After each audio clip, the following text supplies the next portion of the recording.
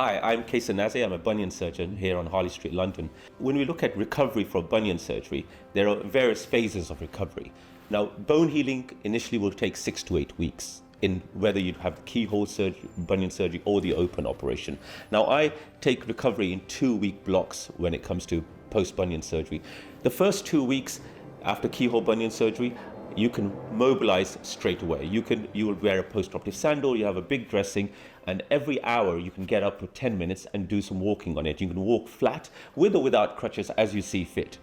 Between week 2 and 4, you will start to transition into a sports shoe. Most people will transition at about 3 weeks, and then they will do lots of joint exercises, massage. They can push themselves to 15, 20 minutes, an hour of walking. However, they're not doing high impact activity at that point. They can do static exercises, they could do mat work, they can do some static weights. At about 4 weeks post-operatively, a static bike could start to be incorporated, and they can start increasing their levels of physical activity, including swimming, but no jogging or running on it for much until a later date. Now, between 4 and 6 weeks, which is the next third block, you are trying to get your confidence back and you're returning back to most duties. What you are not doing until the 6-week mark is, until you've had the x-rays, is doing anything like long walks or walking barefoot, doing twisting motion of the big toe.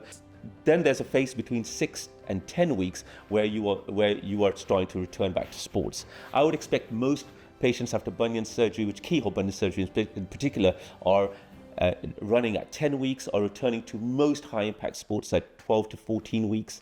The swelling is the last thing to subside, and I find that can take 4 months before all the swelling subsides, even with keyhole bunion surgery.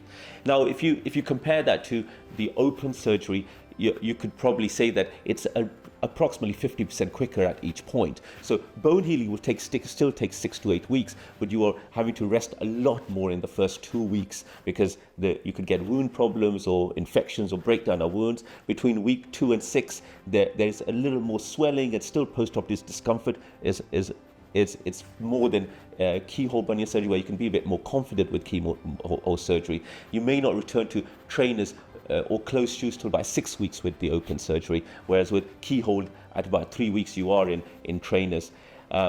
Overall swelling can take a few months more with open surgery, where it typically takes an average 6 months, where with keyhole it's about 4 months post-operatively. Please do get in touch with any queries and we will help you through your bunion journey.